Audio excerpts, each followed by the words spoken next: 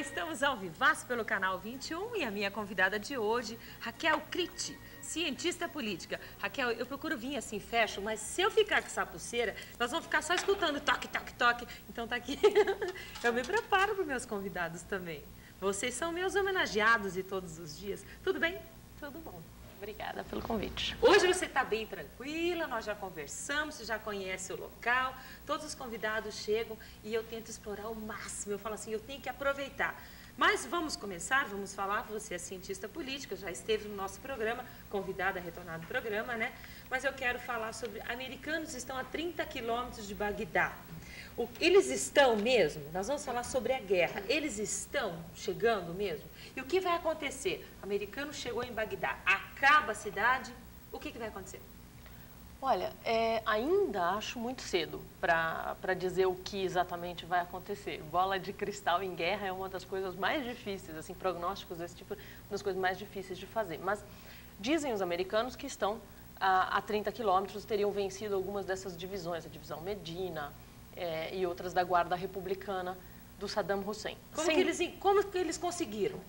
Sem dúvida, eles avançaram. Eles ficaram parados depois da falha no suprimento. Eles tiveram um problema grave com falhas no suprimento, que durou até o final de semana, basicamente domingo, segunda-feira. Eles ficaram estacionados a mais ou menos 100 quilômetros de Bagdá, porque eles não conseguiam manter as tropas de vanguarda que estavam lá no fronte.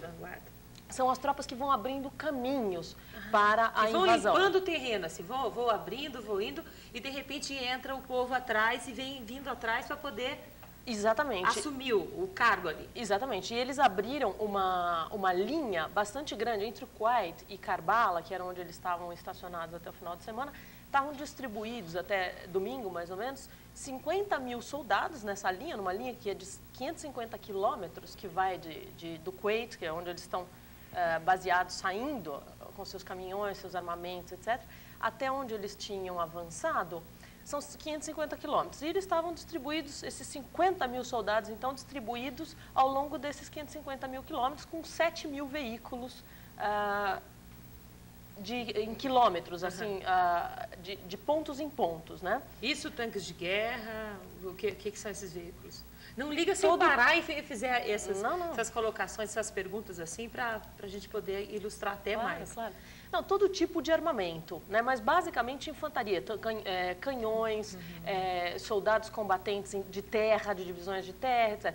Agora, o problema é que esses 550 quilômetros de trincheira, vamos dizer, de avanço, é muita coisa. É daqui a Curitiba, um pouquinho mais? Exatamente. E aí teve um problema seríssimo de logística, que está levando a essas críticas. O Rumsfeld está sendo muito criticado pelos americanos e pelos militares, inclusive por um setor dos próprios militares, dizendo que a logística teria sido mal planejada e que está sendo o ponto fraco dessa batalha. Né? Agora, qual foi a aposta, né? Os americanos e o Rumsfeld, ele não é tonto, ele não é bobo, ele fez isso daí, estava tudo calculado, Tommy Franks e ele calcularam muito bem, embora eles soubessem dos riscos de avançar com uma tropa tão reduzida, porque na Primeira Guerra do Golfo, para fazer mais ou menos o mesmo percurso, eles usaram 500 mil homens, o dobro do que eles levaram hoje para o Iraque, para o front, né? Então, isso está sendo uma das grandes críticas, que eles tinham a ideia de avançar muito rapidamente com muito pouca tropa, com muito poucos homens. Então, o que aconteceu é que essas linhas ficaram descobertas no meio do caminho, eles não conseguiram avançar com a rapidez esperada, e aí tinha aquele... Você lembra, na semana passada falou-se muito daquele choque e pavor, né? Shock and awe, aquele projeto que eles tinham de bombardear tudo, assim, de espalhar o choque e o assombro, né, entre os iraquianos.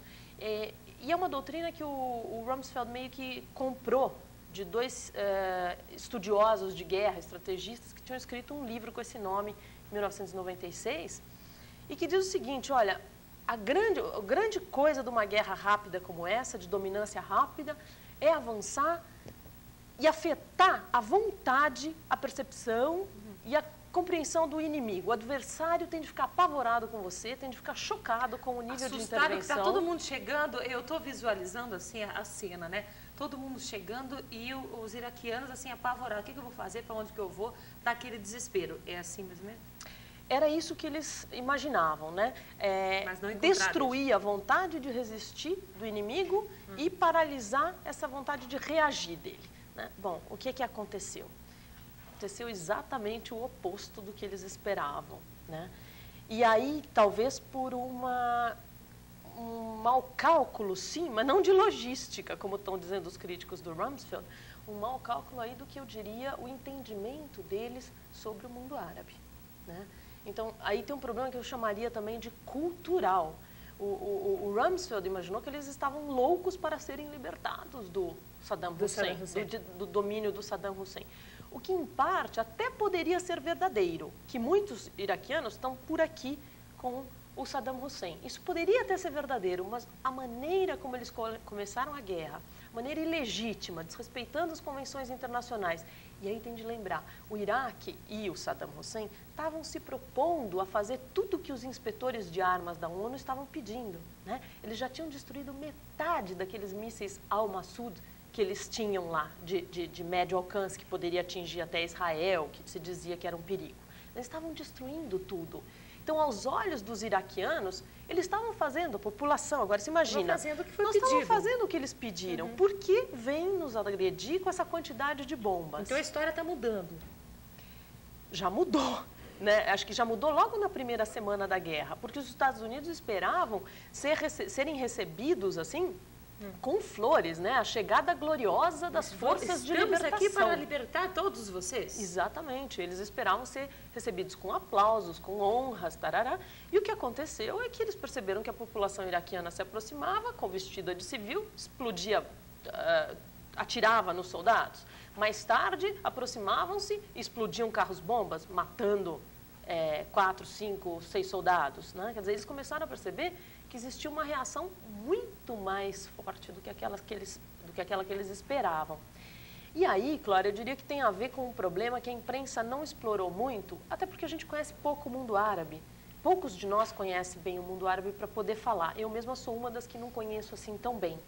O máximo que eu avancei foi Istambul, Turquia dentro, ali, Izmir, aquela região do sul da Turquia. Então, não conheço bem o mundo islâmico, né? Mas eu tenho, pelas leituras e pelas outras fontes por meio das quais a gente é capaz de se informar, eu tenho a impressão que eles erraram feio no cidadão que eles pretendiam encontrar lá. Eles pretendiam encontrar um indivíduo americano, desejoso de liberdade, um cidadão consciente da sua pessoa, da sua individualidade, consciente dos seus direitos de cidadania, né? E não é isso que existe lá no Iraque. O que existe naquela região do Oriente Médio são povos basicamente tribais, de formação clânica, que respondem a líderes locais. O que é formação clânica? Desculpe, mas eu não sei. E quando eu não sei, eu vou perguntar, tá, claro. gente? Eu vou perguntar. Natural, claro. Formação clânica quer dizer submetidos a grupos de poder regionais. Né? Você não tem ali no Oriente Médio estados propriamente consolidados. Os estados foram traçados depois da Primeira e Segunda Guerra Mundiais ali, traçados e retraçados, segundo alguns acontecimentos históricos, mas foram traçados pelo Ocidente, basicamente, pelas forças europeias e americanas. Não equivale à divisão que eles próprios veem de si. Então, assim, dentro do próprio Iraque, por exemplo, tem curdos, que não são populações, é uma população diferente da população árabe, eles não se consideram árabes, mas também não são turcos. Eles estão ali na divisão com a Turquia, ocupam aqueles montes, o sul da Turquia e o norte do Iraque, mas eles não se igualam a eles têm uma outra origem, né? Tem ali dentro persas, semitas, de várias nacionalidades. Você tem uma sucessão de povos ali, assírios, uma sucessão de povos ali dentro que não se consideram iguais. Então, por exemplo... Eles estão brigando entre eles ou não? Claro, há brigas homéricas entre eles, mas nem sempre eles brigam. Por exemplo, quando eles encontram um inimigo comum, agora os Estados Unidos, ameaçando sua religião, seu povo, sua crença, sua fé, eles acabam se unindo. Tanto que os líderes tribais, esses líderes de clãs, estão indo ajudar o Saddam Hussein com as chamadas forças irregulares e paramilitares. né, são formadas em boa parte desse tipo de gente, de liderança, com a qual, inclusive, o Saddam Hussein reatou contato nessas últimas décadas, porque ele ficou isolado lá dentro, né, em relação aos países, ao resto do mundo. Então, ele foi procurar auxílio interno, né, e um desses auxílios que ele procurou foram esses chefes tribais. E esses chefes hoje estão ajudando na luta contra os invasores, estão ajudando os irmãos de fé islâmicos na luta contra os invasores. Então, tem muita coisa que a gente não entende, né? E uma das coisas que o Rumsfeld subestimou, na minha opinião, foi esse sentimento de injustiça que estava se abatendo sobre os iraquianos. Eles se sentiram injustiçados, invadidos e injustiçados, e resolveram reagir, como os americanos não esperavam. Então, daí eu acho que boa parte da falha e do que ocorreu, dos problemas que eles têm tido até esse momento. E por isso, a parada tão longa, 4, 5 dias parados diante de Bagdá sem poder avançar. Isso eles estão o quê? Eles estão estudando um avanço agora, vão avançar, mas vamos fazer a coisa bem organizada, eles estão parando e analisando o que foi feito de errado, o que nós podemos agora fazer de certo. Eles pararam por quê? Duas coisas, né? Por essa resistência não esperada, inclusive essas tropas irregulares começaram no meio desses 550 quilômetros distribuídos de caminhões e soldados, eles começaram a atirar nos caminhões de suprimento, né? Os caminhões que iam levar óleo, comida, combustível, comida para esses soldados e combatentes, foram atingidos no meio do caminho, explodidos pelos soldados iraquianos. O que aconteceu? A comida não chegava, os caras estavam no fronte morrendo de fome, a ponto, olha que ironia, a ponto de grupos civis iraquianos repartirem a sua comida, que já é muito pouca, a gente sabe, com os soldados norte-americanos que estavam tendo sua água e sua comida racionada. Eles estavam comendo uma vez por dia. Imagina um moço desse tamanho, treinado pelas forças americanas, comer uma única vez por dia uma comida racionada. Meu Deus. Eles estavam passando fome. Eu vi uma cena ontem no Jornal da Band, um americano, um soldado americano, em cima de um tanque de guerra, né?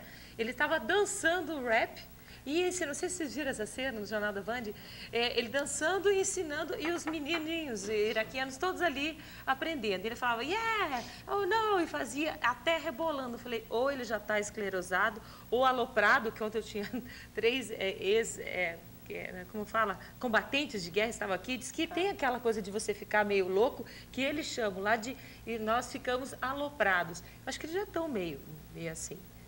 Você diz agora quem estaria meio Eu acho que todo mundo ali, né? Eu acho que americanos já estão dando tiro, estão derrubando tanque de guerra deles mesmos, eles estão uma coisa louca. Erros de guerra.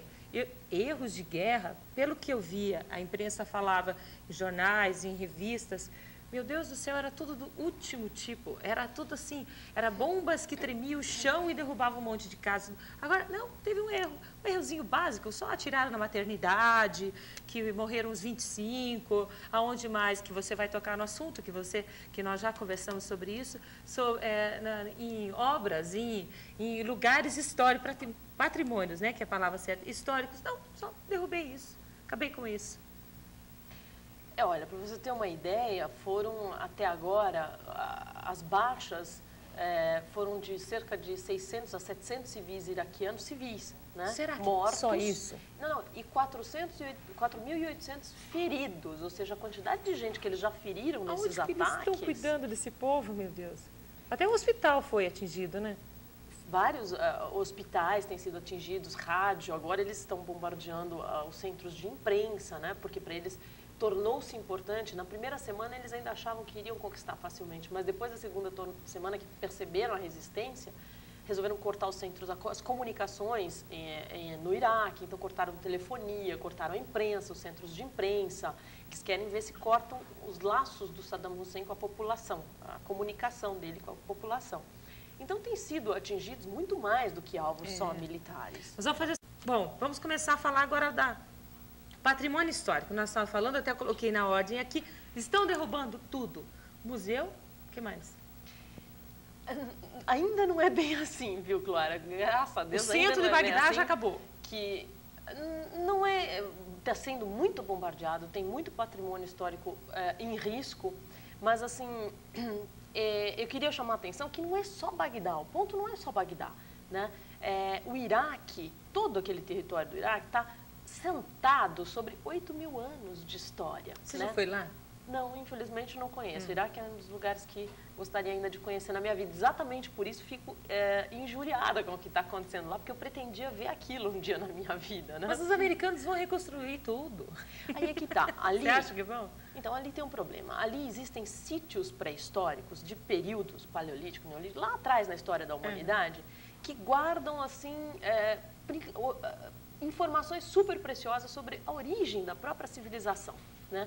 E esses sítios arqueológicos, eles estão enterrados sob as areias do deserto. Então, ali, você sabe, é a antiga Mesopotâmia, né? A região da antiga Mesopotâmia. A gente aprende na escola que a civilização, né, começou ali na Mesopotâmia.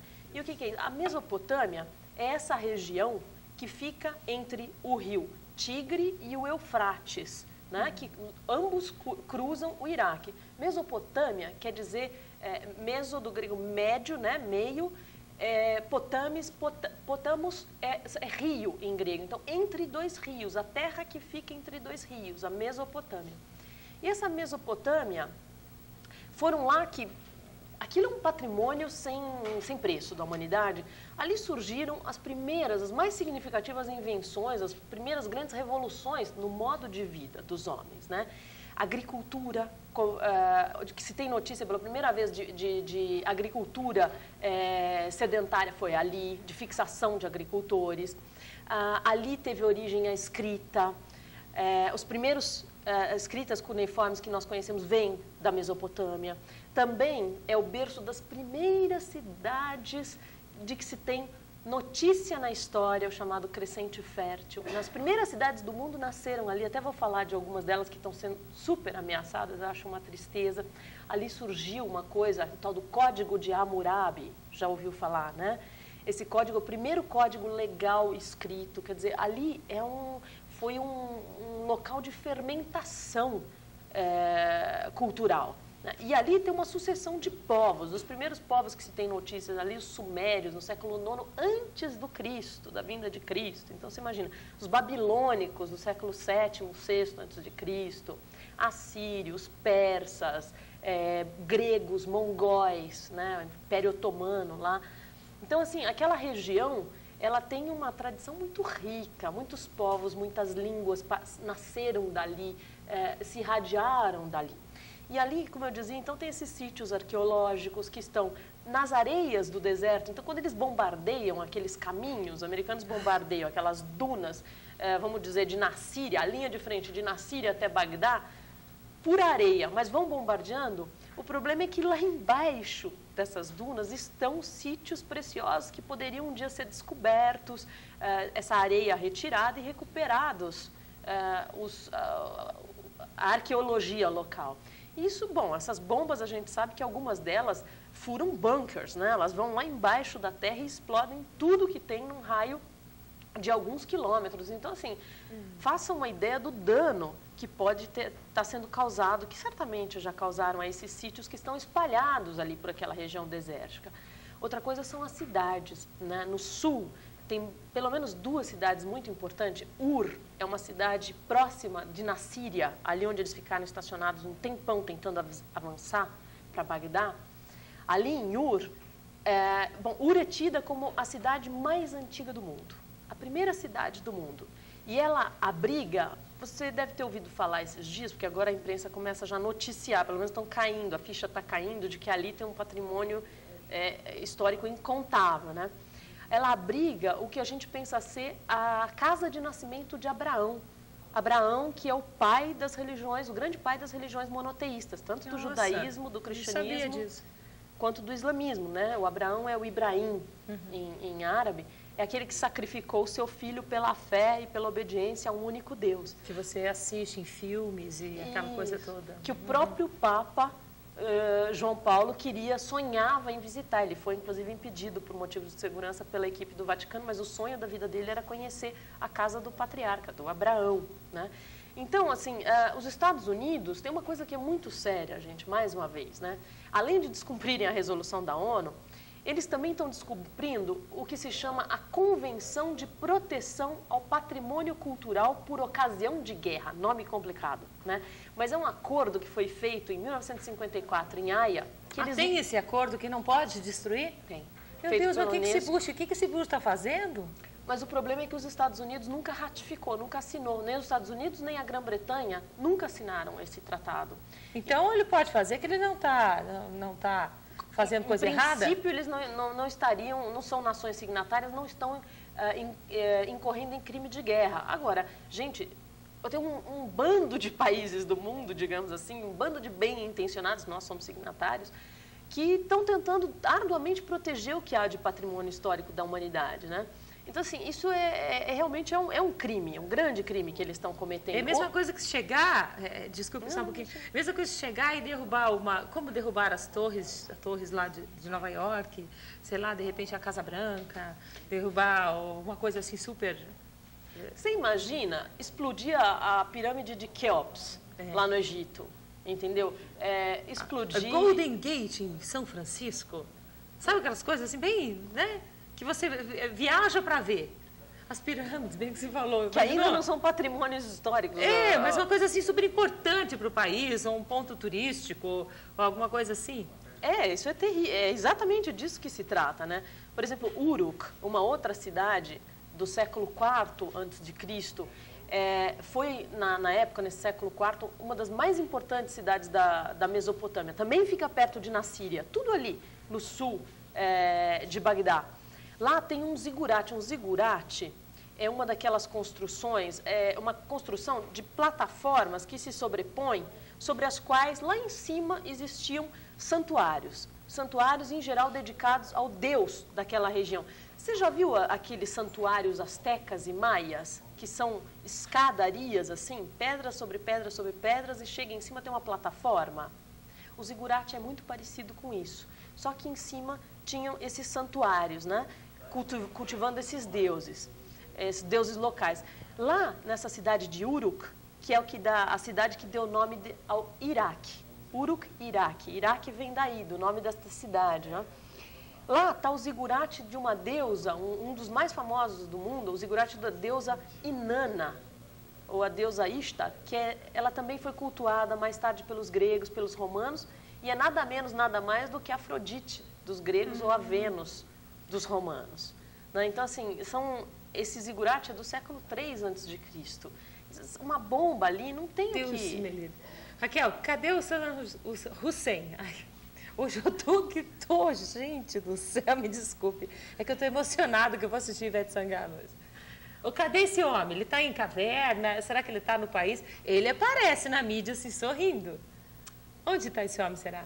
Olha, você é cientista político, você tem que falar para mim. A minha bola de cristal me diz que eu não sei onde ele está. Mas o que a gente sabe sobre a rotina do Saddam Hussein é que ele mesmo, nesses 12 últimos anos de embargo só, porque nem estava em guerra, ele nunca dormia no mesmo local 2 noites seguidas. Né? Nossa. Não, ele é um homem em constante movimento, você nunca sabe onde ele está, nem mesmo os oficiais mais próximos a ele sabem onde ele está. Quer dizer, há pouquíssimas pessoas da confiança absoluta dele que sabem para onde ele está mais ou menos indo esta noite. Né? Então, é um homem que, já pelo hábito que tinha anteriormente, um homem sempre em locomoção. Não vai ser fácil para os americanos saberem onde ele está. E, em segundo lugar, ele está muito bem protegido, né? Ele tem uma tropa em torno de si disposta até, certamente, a morrer por ele. Então, assim, não vai ser fácil capturá-lo aí, teria de ser um belo acaso, pegá-lo, onde ele está e como ele aparece. Olha, pra você ter uma ideia, as TVs dizem que não sabem nem se as aparições dele foram gravadas previamente ou se são do dia ou do dia anterior, etc. Então, nem eles mesmos têm uma ideia. Agora, tem de se dizer que não é que ele está fugindo, não. O Saddam, ao longo desses anos, poucas vezes se pronunciou diretamente na televisão. É hábito dele mandar recados pelos ministros, pelos porta-vozes de cada área. Então, ele não tem o hábito de aparecer na televisão mesmo. Que vida que esse homem tem, né? O que mais? Nós vamos falar agora, precisava acontecer, minha cientista política, acontecer essa guerra ou não? Precisava? Tinha que ser guerra mesmo? Ou é, como você falou na outra vez, isso é uma invasão? É, com certeza. Porque ele foi, né? Invasão, Ele foi indo, né? É um ataque. Precisava acontecer? Não dava para acertar de outro jeito? Eu tenho certeza de que dava. Né? Quer dizer, hoje o mundo tem acordos mais do que suficientes para tentar garantir cumprimentos de determinações multilaterais. Né? Então, a ONU já vinha fazendo o papel dela, os inspetores estavam no Iraque, com aquela pressão em cima dos iraquianos, eles estavam destruindo, falei no outro bloco, eles estavam destruindo os armamentos que eles tinham, quer dizer, eles estavam abrindo todas as possibilidades para os inspetores visitarem tudo o que eles quisessem, até fazer depois, já no final, até permitiam entrevistas com os cientistas iraquianos, em particular, coisa que no início só permitiam acompanhados por agentes do governo iraquiano. Então, quer dizer, eles estavam cedendo. Eu acho que foi prematura, a invasão foi prematura, além de ilegítima, foi prematura.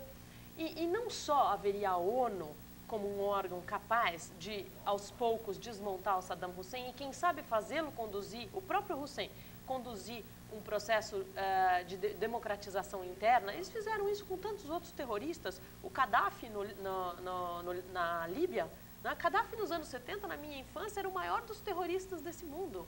Hoje ele senta na mesa com os Estados Unidos numa boa. Né? Quer dizer, há maneiras na história, numa boa também não, agora exagerei. Você falou, só pegar uma brechinha, quando você fala disso numa boa, é igual mais ou menos os nossos políticos, que um mete a boca no outro e de repente estão tudo amigos, viram tudo para o mesmo partido, não é verdade? Um era PMDB, PTB, PBD, não sei o quê, aí o outro era, eu sou do tempo, sabe por que eu falei isso? Porque eu sou do tempo do PMDB e da Arena ainda, ai meu Deus do céu, MDB, coisa assim, né? Bom, você sabe, cientista político, você sabe. Mas briga, todo mundo briga, de repente você vê, tá todo mundo junto, se amando, aqueles love todo. Mais ou menos isso? Olha, não, o que eu estou dizendo aqui é que lá no Iraque dava para ter feito, por exemplo, se os Estados Unidos tivessem lentamente, junto com a ONU, suspendido o embargo, se disposto a sentar numa mesa. Claro que o Saddam Hussein tinha interesse em vender petróleo, em continuar vendendo, em poder liberar a sua economia. Então, assim, havia maneiras e mais maneiras de se evitar uma guerra e de conseguir o mesmo objetivo por outros meios não bélicos, né? E muito menos sem romper com a legitimidade da ordem mundial que estava constituída. Assim, para mim, eu pessoalmente acho que foi um grande, grande crime contra nós todos. Porque o fim dessa guerra não aponta para uma solução pacífica de longo prazo, de médio e de longo prazo. Eu acho que os ódios que essa invasão está gerando na região do Oriente Médio, o sentimento anti-americano, tal, cresce a cada dia e vai crescer cada vez mais. Quanto mais civis mortos, quanto mais crianças expostas na televisão, maior o anti-americanismo ali. Até me arrepiei agora. Você sabe por que eu me arrepiei? Você assistiu ontem que nós estávamos falando sobre isso.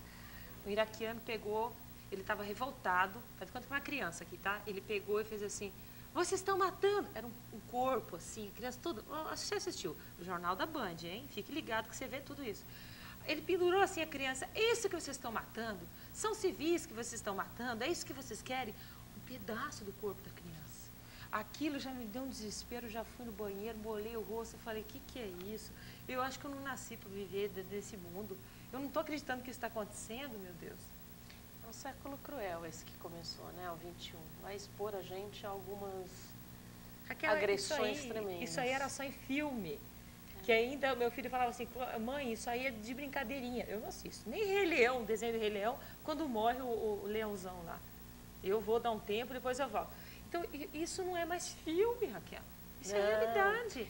E o pior é que tem gente especulando, eu não sei até que ponto a gente ainda pode dar crédito, já pode dar crédito a essas especulações, mas tem gente especulando que os Estados Unidos, por exemplo, até estariam, de alguma maneira, catalisando essa violência agora cometida contra inimigos externos, primeiro o Iraque, depois provavelmente o Irã, a Coreia do Norte e tal, para impor também dentro de casa, aí diga-se dentro dos Estados Unidos, uma sociedade mais controlada, menos com o que eles chamam de um grau de liberdade não tão excessivo, porque há um diagnóstico, especialmente dos conservadores americanos, de que a sociedade americana teria um grau excessivo de liberdade, que beira quase a permissividade, porque os americanos podem tudo, né? Então, assim, tem várias pessoas intelectuais levantando, o Zizek, na Folha, no Mais, agora do último final de semana, levanta isso, né? E se for uma coisa planejada dos Estados Unidos, quer dizer, e se um dos efeitos colaterais, não agora da guerra, mas os efeitos colaterais desejados pelos Estados Unidos for mesmo controlar a imprensa, a liberdade de expressão dentro de casa, a tal da sociedade que os pós-modernos tanto falam da sociedade do controle, né? Instaurar aquela sociedade do controle, onde os indivíduos são altamente vigiados, altamente policiados. Veja, a Madonna, esses dias, ontem ou anteontem, suspendeu o clipe dela, porque ela no clipe jogava uma granada simbolicamente num cover do Bush, né? E ela ficou apavorada com a possibilidade da reação americana. Então, assim, onde é que está a liberdade de imprensa nos Estados Unidos, né? Onde é que estão ficando aqueles valores que construíram a democracia americana e que justamente é o que eles querem levar, em nome do que eles estão fazendo a guerra lá no Iraque, né? Em nome dessa democracia que eles querem, estão se arrogando o direito de invadirem e de conquistarem aquela terra e de colocarem lá um governo de transição, etc. e tal. Então, assim, eu acho que tem mais coisa acontecendo no mundo. Essa guerra não é uma guerra localizada que vai terminar ali. Ela vai ter consequências graves, eu acho, para o futuro da humanidade como um todo. E aí, especialmente, daqueles que decidiram agredir, né? Daí, muito provavelmente, inclusive, a tentativa atual do governo Bush, e especialmente do Colin Powell, de tentar reconquistar uma certa legitimidade da posição norte-americana no cenário mundial, né? E isso vai depender agora um pouco da guerra ser relativamente curta, sem grandes baixas, inclusive de iraquianos, civis iraquianos, porque se for para a guerra de guerrilha, ele vai acabar indo para a guerra urbana. Será isso terrível. que eu quero te perguntar. Essa guerra, eu vou chegar... Eu não, porque eu nunca faria isso na vida. Mas os americanos chegaram na cidade de Bagdá. Chegaram ali no ponto que eles querem chegar. Nesses 30 quilômetros que faltam aqui, chegaram. Tá? O que vai ser? O que vai acontecer? Quantas pessoas vão morrer ali? Muita gente. Vai ser um horror humanitário também. Olha, não foi à toa que eles pararam nos 80, 100 quilômetros, 80, vamos por lá, estavam estacionados a 80 quilômetros e, de repente, eles avançaram 50 quilômetros sem problemas. Quer dizer, claro, destruíram uma parte da divisão Medina, destruíram uma parte de outras divisões que estavam assegurando aqueles raios, né? Só que o avanço foi relativamente fácil, perto da resistência que eles encontraram para chegar até Bagdá, né? Então, é de se perguntar se o Saddam Hussein não propôs aos seus generais que ali fosse realmente um território, resistam um pouquinho, deixa chegar próximo de Bagdá, deixa as tropas avançarem. Por quê? Porque essa luta, e aí já cansaram de falar isso na imprensa, essa luta desigual, assimétrica, só tem uma condição de ser explorada pelos iraquianos, que é levar a guerra para cidades.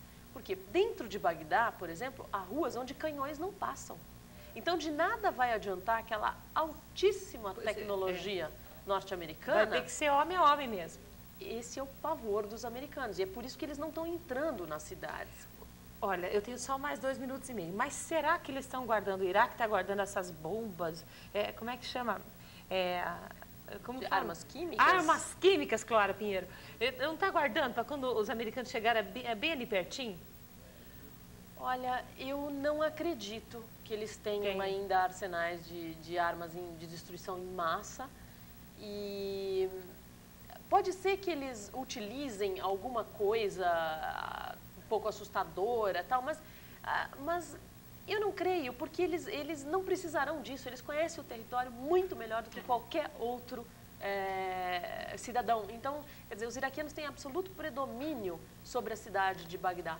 E para os americanos, é tudo novo. Então, a maior arma que eles têm mesmo é a população do lado deles, vamos ver até que ponto, a gente não sabe ainda até que ponto. Olha, é assim, cena dos próximos capítulos, porque você nunca sabe o que vai dar certo, a bomba vai cair em que lugar mais, porque é muito preciso, sabe? Tem uma pessoa ali que é muito precisa.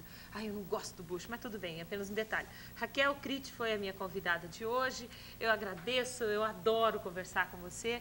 A reprise do programa hoje às 19 horas, e depois que acabar a reprise do programa, e amanhã 1h15 também, vai lá